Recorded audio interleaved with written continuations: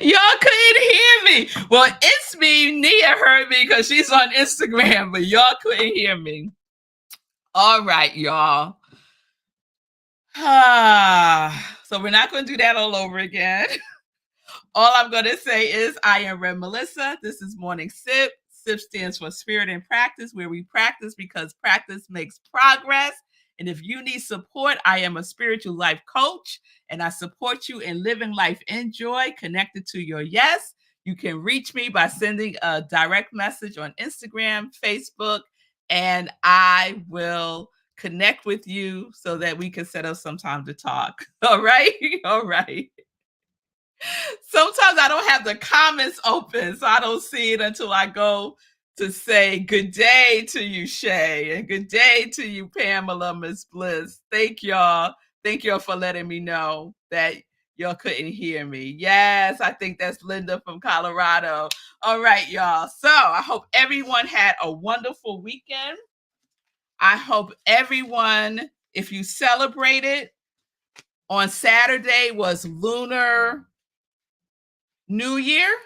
The Lunar New Year was on Saturday, and we have started the year of the dragon.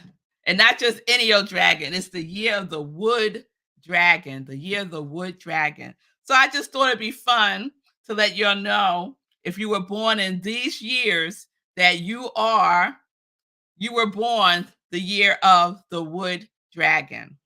So 1940, 1952, 1964, 1976, 1988, 2000, and 2012. So if you were born in those years, you are born in a year of the dragon. And the dragon represents resilience, confidence, and success. And you need to be very vigilant about any self-sabotaging and self-defeating thoughts and actions. So that's just a little sip of a sip. If you're interested in learning more about your year and what year you are in the Lunar New Year, Google it.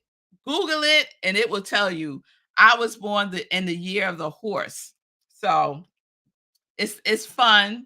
At minimum, it's fun to know what your animal is. All right. So we are in our discernment series.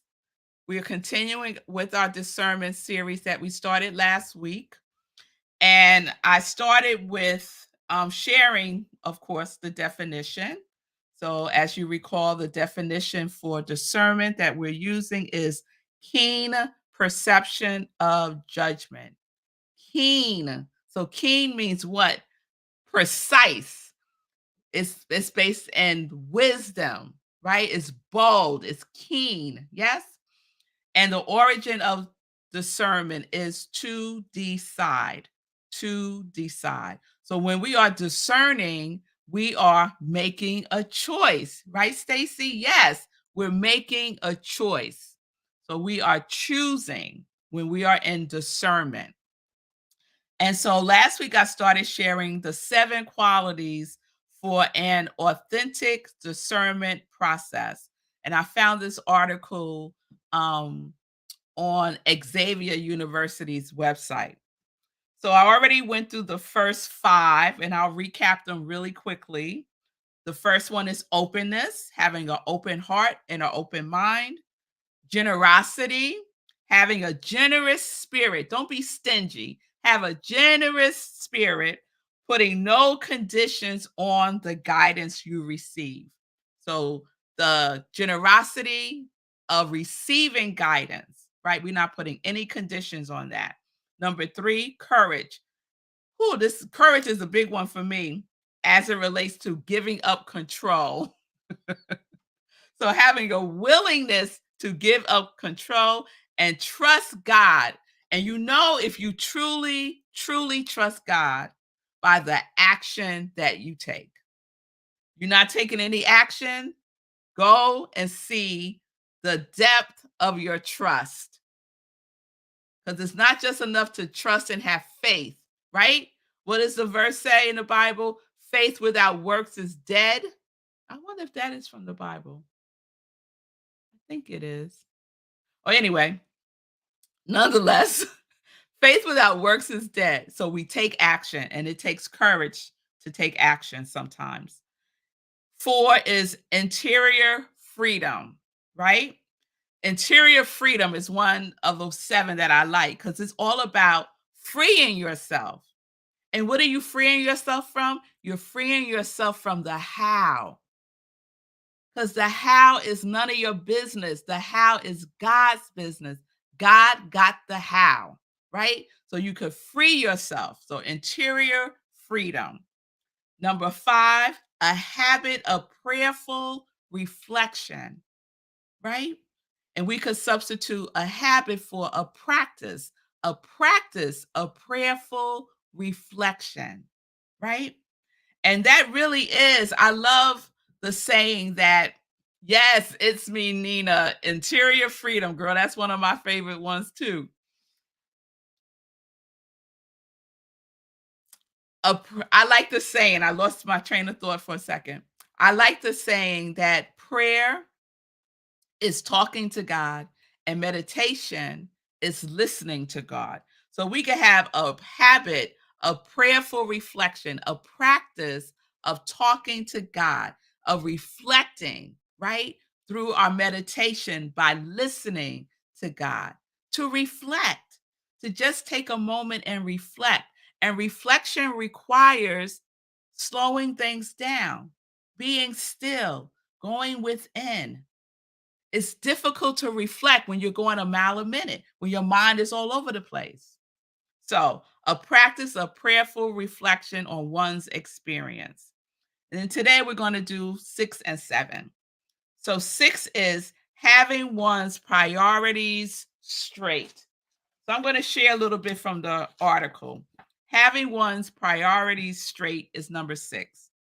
This means that things such as opportunities, experiences, and relationships are to be valued and chosen only insofar as they contribute to our ultimate goal in life and rejected insofar as they deter us from that goal.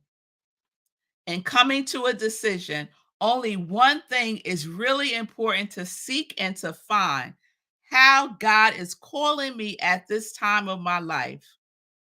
God has created me out of love. So all of my choices then must be consistent with this given direction in my life. What is the direction of our life? The direction of our life is love. The direction of our life is our quality, right? We all chose a quality that we have made a commitment to embodying and expressing and being more fully in 2024. And if you haven't, you can do so now by just dropping it into the chat. A high vibration quality that you are committed to being more fully in 2024. So for some of us, that might be joy, it might be peace, it might be consistency, it might be connection, it might be abundance or prosperity, right? Whatever that is, right? This is our priority, right? And so it's easier to discern when you are clear about what your priorities are, because then you can make a choice, right? Is this something that is in alignment with my quality? Is this something that is in alignment with love? Is this relationship in alignment with love? Is this thing that I'm thinking about, contemplating, and doing? Is this job that I'm contemplating, accepting? Is this place that I'm thinking about moving to? Is this in alignment with my priorities? And our priorities are simply to be our quality, to be love. That is the priority. So it makes it very clear it makes it very clear how we can keep our priorities straight. Now, I would offer that binge watching a show, spending 8, 9, 10 hours a day watching the news may not be in alignment with love and your quality. Excuse me. I just have a sneaky suspicion that it's not. So then we get to choose again, because we just don't choose one time. We choose over and over and over again. Throughout the day, we make so many choices, and let our choices be conscious choices, right? We can actually stop and ask ourselves the question: is this in alignment with my priority to be abundant, to be connection? Is this in alignment? So that was six, having one's priorities straight. Straighten out your priorities. Know what your priorities are. Some of us don't even know what our priorities are. We're just like going with going, in the wind. Sometimes we're here. Sometimes this is a priority. Oh no, today this is a priority. Oh no. Or we have other people determine what our priorities are. Don't have other people set the priority for your life. Go within. Check in with the indwelling spirit within you and have a conversation about what your priorities are and write it out. I'm big on writing things out with your hand. So write out, these are my priorities. Do these priorities line up with my quality? Do these priorities line up with love? That's very easy. It's so straightforward. And I could share a story, but I won't right now. 7 is not confusing ends with means. Not confusing ends with means. So they give an example. Confusing ends with means is a person who first chooses to make a lot of money and be successful, and only afterwards look at how they may serve God with this, such as making charitable donations or volunteering.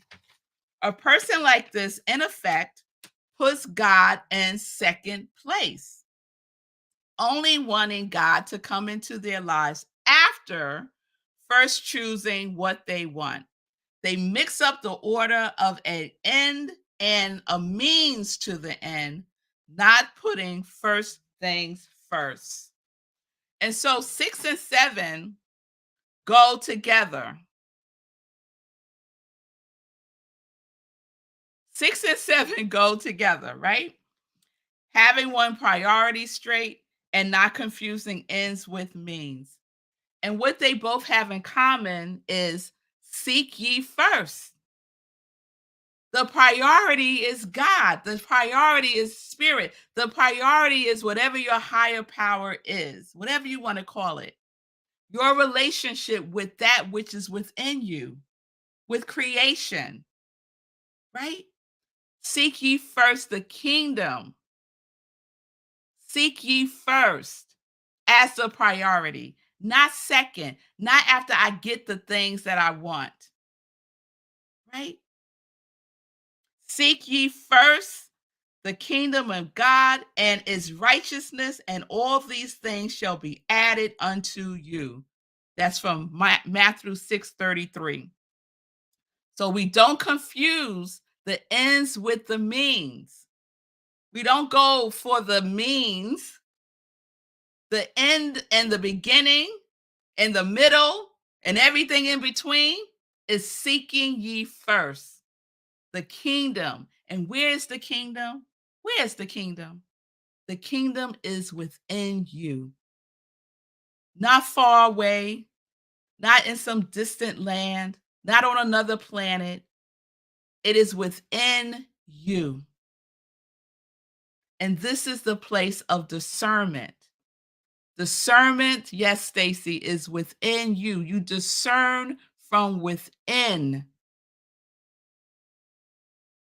first before you go out in the world and get other people's opinions. Because oftentimes when we ask other people what they think about our lives, we already truly know the answer. But that comes with trust again, trusting God, trusting yourself, trusting your intuition, trusting your wisdom, being your own counsel. Yes.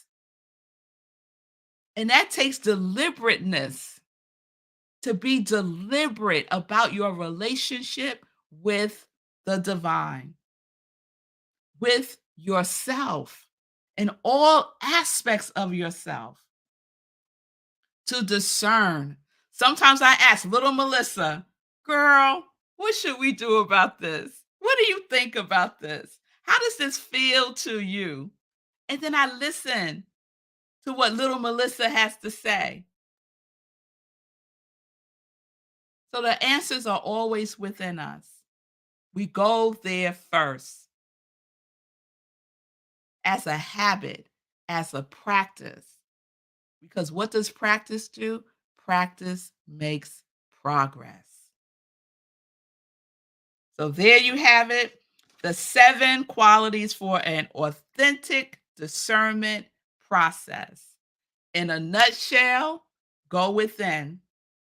In a nutshell, seek ye first the kingdom within you. In a nutshell, do your spiritual practices every single day. In a nutshell, check in with God, check in with your higher self throughout the day and listen. Be obedient and take action. This is how we discern. There is nothing to figure out. We do not live in confusion. We live in divine order. We live in good, orderly direction. I love that as an acronym for God. Good, orderly direction, not confusion. So release any belief in confusion. Release it because that is not who we are. We were not created in confusion. We were created in love. We were not created to struggle and hustle. We were created to be open and receptive to the gift that we are already. So let's put all that stuff aside. I ain't hustling. I ain't grinding. I wasn't made for that. I am open. I am receptive. I am accepting the glory that I am. And so the invitation is for all of us to discern from that place. From that place. All right? All right, y'all. All right. All right. So let's get into some joy news. Let me check in with y'all. All right, Stacy. Stacy, yes, girl, check in with your inner child. Oh, we neglect our inner child so much sometimes. And he has so much wisdom. They know us so well because they're always with us, right? So, yes, check in with your inner child, ask, discern. And Stacy says, so needed to hear this today. Oh, you're very welcome, Stacy. You're very welcome.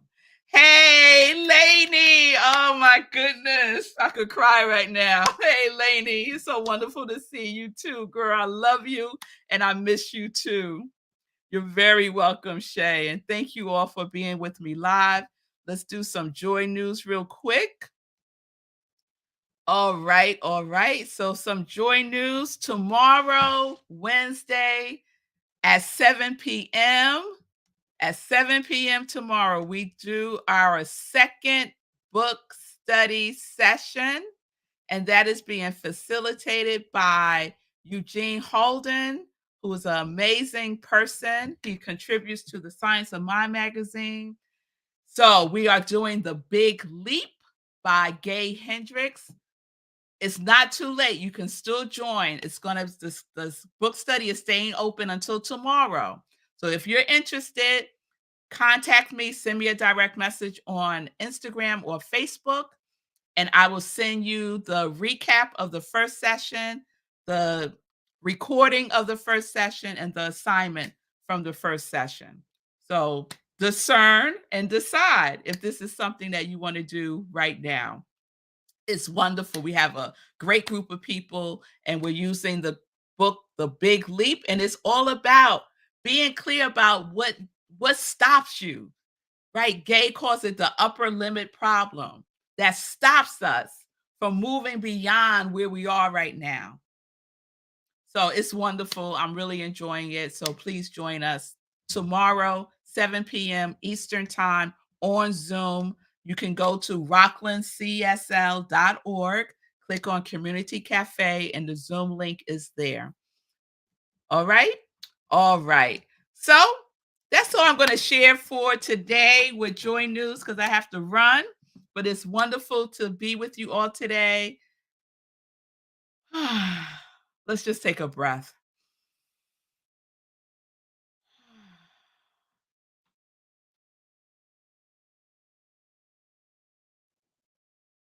Know who you are.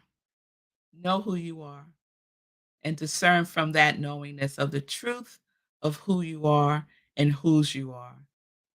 So thank you all. Thank you, It's Me, Nina. I'm grateful for you joining us today also on Instagram. I'm here Monday through Friday, really Sunday through Friday, 10:30 a.m. Eastern Time, and you can always catch me on YouTube at I Am Red Melissa, on Facebook, and on Instagram. All right, y'all. Peace and blessings, peace and justice. We are living life in joy, connected to our yes. Peace, y'all.